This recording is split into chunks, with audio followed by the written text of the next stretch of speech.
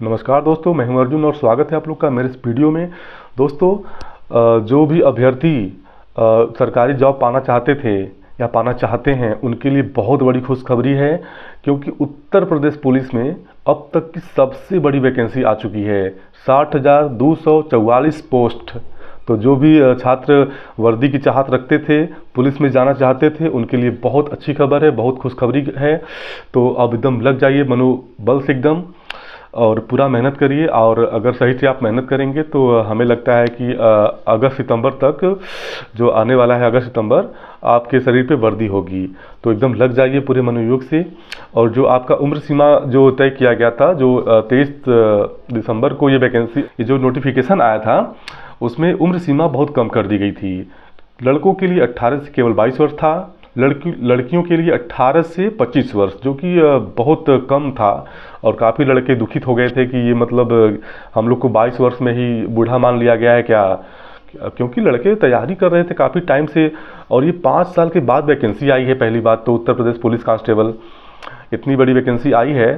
तो और लड़के जो लगे थे तैयारी में, जो रनिंग कर रहे थे, जो रिटेन एग्ज़ाम की तैयारी कर रहे थे, अब उनको मतलब एक अपॉर्चुनिटी उनके लिए थी। और 22 वर्ष से इतना मतलब एज लिमिट इतनी कम कर दी गई थी कि बेचारे बहुत दुखित हो गए थे। काफ़ी बच्चे याचिका दायर किए थे, लेकिन अब घबराने की बात नहीं है, क्योंकि याचिका दायर तो हाई कोर्ट में हो चुका है। लेकिन उससे पहले ही जो हमारी भर्ती बोर्ड है, UP PRPB, Uttar Pradesh police recruitment and promotion board ने पहले ही सुधार कर लिया और अपना गलती को मान लिया कि सही बात है, हमसे गलती हो गई थी। और अब जो है कि उम्र सीमा बढ़ा दी गई है। लड़कों के लिए अब क्या हो गई है कि 18 से 25 वर्ष, और लड़कियों के लिए 18 से 28 वर्ष कर दी गई है। तो बहुत खुशी है ये, मतलब ये जो खबर है काफ़ी खुशी की है। और जो भी तैयारी में लगे थे अब लग जाएं, और उनके लिए सारी बाधाएं दूर हो चुकी हैं, क्योंकि अब उनको बस वर्दी की चाहत रखनी चाहिए और सारी टेंशन को भूल जाना चाहिए। और ये इसके बारे में जो भी डिटेल्स है मैं आप लोगों को अभी बताऊंगा, और आप लोग इसको ध्यान से सुनिए, और जो भी कन्फ्यूजन हो आपकी दूर हो जाएगी इस वीडियो के द्वारा। तो ठीक है दोस्तों, Uttar Pradesh police recruitment and promotion board, UP police male female constable recruitment 2023, UP police constable 60,244 post exam 2024। तो हम लोग इसमें बात करेंगे सबसे पहले इम्पॉर्टेंट डेट्स की। जो इम्पॉर्टेंट डेट्स है, मतलब कब फार्म अप्लाई करना है, कब करेक्शन करना है, कब फीस पेमेंट करना है, इस सब के बारे में हम लोग बात कर लेते हैं। तो नोटिफिकेशन जब रिलीज हुई थी वो 23 दिसंबर 2023 को रिलीज हुई थी। और अप्लीकेशन मतलब अप्लाई जो कर सकते हैं फार्म को 27 दिसंबर 2023 से आप कर सकते हैं। Last date for apply online, मतलब कि अंतिम तिथि है, लास्ट डेट है फार्म अप्लाई करने की, वो 16 जनवरी 2024 है। मतलब 16 जनवरी 2024 को फार्म क्लोज हो जाएगा। और पे एग्ज़ाम फीस लास्ट डेट, मतलब कि उसी दिन 16 जनवरी को ही आप लास्ट डेट है फीस पेमेंट करने का, तो उसी दिन आप फीस पेमेंट कर दीजिएगा। और एग्ज़ाम डेट जो है वो फरवरी 2024 में हो सकती है, ऐसी संभावना इसमें बताई गई है कि फरवरी 2024 में एग्ज़ाम होगी। और admit card available before exam, exam के पहले आपका एडमिट कार्ड आ जाएगा। उसके बाद एप्लीकेशन फ़ी की बात कर लेते हैं। जो अब फीस लगना है फार्म का, वो कितना रहेगा। तो जनरल और ओबीसी का जो फीस है वो मात्र 400 रुपये है, तो फीस भी बहुत ज़्यादा नहीं है। और SC ST के लिए भी उतना ही है, 400 रुपये। तो पे the exam fee through online fee mode, debit card, credit card, net banking और ऑफलाइन ई चालान मोड। आप इन सब मोड के द्वारा आप अपना पेमेंट कर सकते हैं। उसके बाद बात कर लेते हैं एज लिमिट की। इसमें एज लिमिट क्या रहेगी, तो मिनिमम एज जो है वो 18 वर्ष, कम से कम आप 18 वर्ष के होने चाहिए। और मैक्सिमम एज जो है 25 ईयर फॉर मेल, मतलब 25 वर्ष जो है लड़कों के लिए निर्धारित की गई है। और मैक्सिमम एज लड़कियों के लिए जो है 28 वर्ष। तो लड़कों के लिए 25 वर्ष है और लड़कियों के लिए 28 वर्ष है मैक्सिमम। और बाकी कैटेगरी वाइज इसमें 3 साल की छूट मिलती है, आप सबको पता है। एज रिलैक्सेशन एक्स्ट्रा एज पर यूपीपी कांस्टेबल रिक्रूटमेंट 2023 रूल्स। उस रूल्स के अनुसार जो 3 साल की छूट दी जाती है वो मिलेगा। जैसे ओबीसी एससी एसटी कैटेगरी के अभ्यर्थियों को इसमें 3 वर्ष की छूट दी जाएगी। अब बात कर लेते हैं UP police constable recruitment 2023 vacancy details. Total जो वैकेंसी है वो 60,244 पोस्ट है। तो अब तक की जो यूपी पुलिस भर्ती है अब तक की सबसे बड़ी वैकेंसी निकाली गई है और इतना ज़्यादा वैकेंसी कभी आई नहीं थी मेरे जानने में। तो बहुत अच्छी अपॉर्चुनिटी है, जिनको वर्दी पहनना है, जिनको पुलिस ज्वाइन करना है उनके लिए बहुत अच्छी अपॉर्चुनिटी है। और जो पोस्ट नेम है उत्तर प्रदेश पुलिस कांस्टेबल, ये सिपाही का पोस्ट है। टोटल पोस्ट जो है बता ही दिया मैं 60,244 पोस्ट है। और यूपी पुलिस कांस्टेबल एलिजिबिलिटी, इसके लिए क्या आपका क्वालिफिकेशन होना चाहिए, तो इसमें केवल इंटर पास होना है आपको। इंटरमीडिएट आप पास हैं किसी भी exam in any recognised board in India, किसी भी संस्थान से आप 12वीं की परीक्षा उत्तीर्ण हैं, आप फार्म अप्लाई कर सकते हैं। उसके बाद जान लेते हैं कैटेगरी वाइज वैकेंसी डिटेल्स। मतलब जो कैटेगरी है जनरल, ओबीसी, एससी, एसटी, इन सब के लिए क्या कैटेगरी वाइज सीट है उसकी बात कर लेते हैं। तो दोस्तों इसमें पहले हम बात करते हैं जनरल की। तो जनरल की जो पोस्ट है वो 24,102 पोस्ट है। और ओबीसी में 16,264 पोस्ट है। ईडब्ल्यूएस वालों के लिए 6,024 पोस्ट है। एससी कैटेगरी के लिए 12,650 पोस्ट है। एसटी के लिए 1,204 पोस्ट है। तो टोटल मिला के हो गया 60,244 पोस्ट है। और दोस्तों मैं आप लोगों को यहाँ एक बात और बताना चाहूँगा, महिलाओं के लिए इसमें 20% रिजर्व सीट है। अगर हम 60,244 का 20% निकालेंगे तो लगभग हो जाएगा 12,049 पोस्ट। 12,049 पोस्ट केवल लड़कियों के लिए रिजर्व है। तो ये काफ़ी अच्छी बात है लड़कियों के लिए, और जो भी लड़कियां तैयारी करना चाहती हैं एकदम लग जाएं। अब बात करते हैं फिजिकल एलिजिबिलिटी। इसमें जो फिजिकल एलिजिबिलिटी होगी वो क्या क्या है, हाइट, चेस्ट, रनिंग, उसकी बात कर लेते हैं हम लोग। तो मेल जनरल ओबीसी एससी जो हाइट है वो कम से कम 168 सेंटीमीटर होना चाहिए। जो हाइट 168 सेंटीमीटर से कम नहीं होना चाहिए। मेल एसटी के लिए जो बात कर रहे हैं हम लोग 160 सेंटीमीटर। और जो फीमेल हैं जनरल ओबीसी एससी उनके लिए जो हाइट है 152 सेंटीमीटर रखा गया है। और जो फीमेल एसटी हैं उनके लिए 147 सेंटीमीटर है। और चेस्ट की बात कर लेते हैं तो चेस्ट में 79 और 84 सेंटीमीटर। 79-84 का मतलब है 79 मतलब नॉर्मल, जब हम नॉर्मल पे हैं तो हमारा 79 होना चाहिए। और फुलाने के बाद जब फुला लेंगे इसको एकदम छाती को तो कम से कम 84 सेंटीमीटर आपका होना चाहिए। और मेल एसटी में नॉर्मल पे 77 होना चाहिए और फुलाने के बाद 82 हो जाना चाहिए। तो ये है। और महिलाओं के लिए इसमें कोई नहीं है वो चीज़ चेस्ट की। और बात कर लेते हैं रनिंग की। तो रनिंग जो है इसमें 4.8 किलोमीटर इन 25 मिनट्स, मतलब कि आपको 4800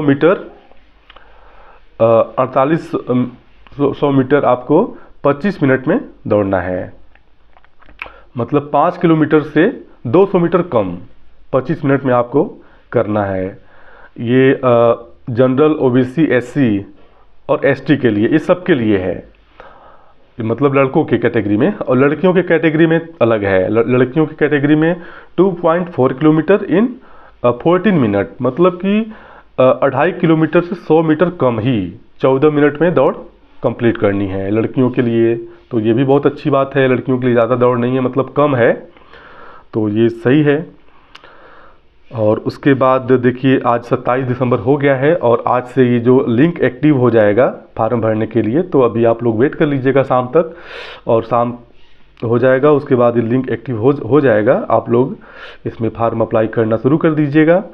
और लास्ट डेट याद रखिएगा 16 जनवरी लास्ट डेट है, और उसके पहले आप लोग फार्म अप्लाई कर दीजिएगा। और दोस्तों अब हम लोग बात कर लेते हैं सिलेबस की।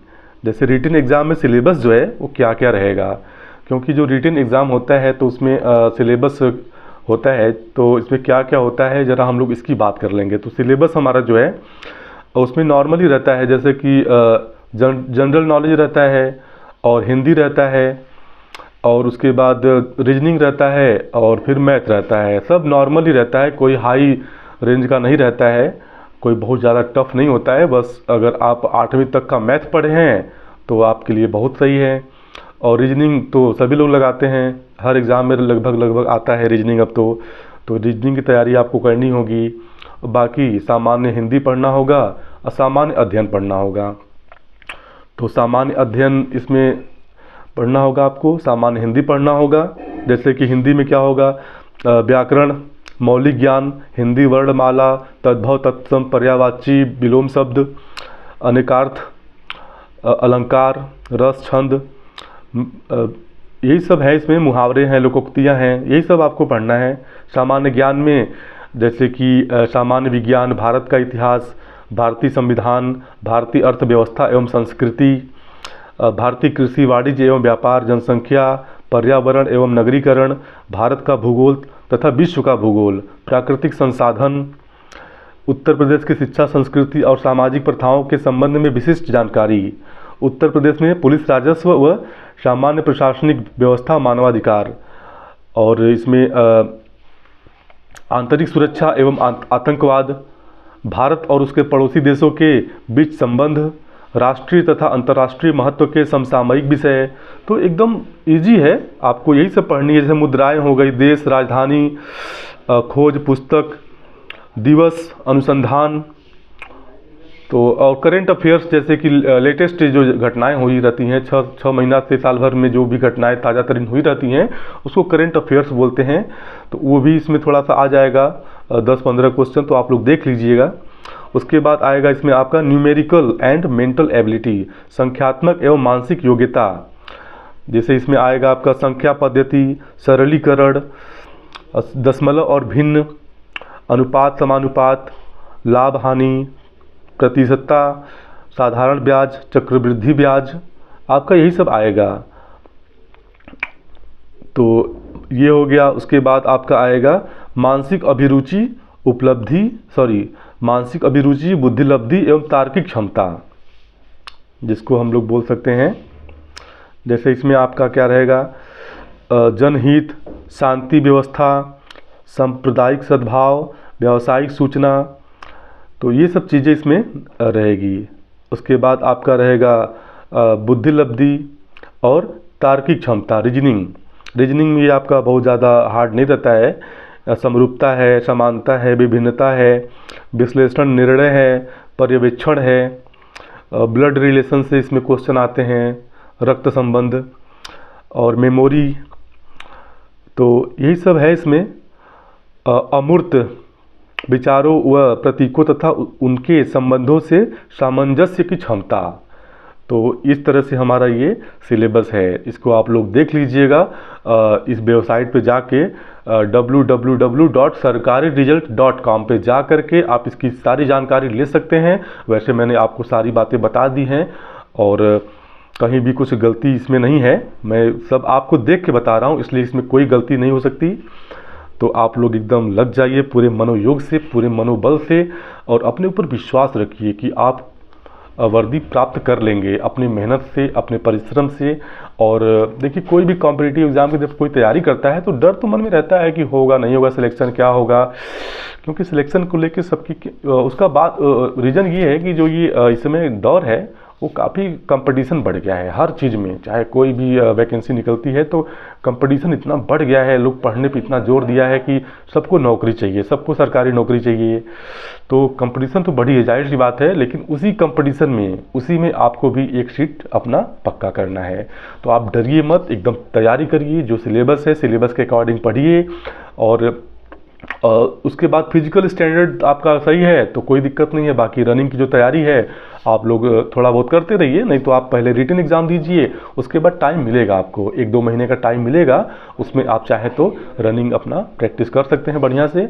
और नहीं तो साथ में भी चाहते हैं तो साथ में भी करते रहिए, कोई दिक्कत नहीं है, दोनों तैयारी होती रहेगी।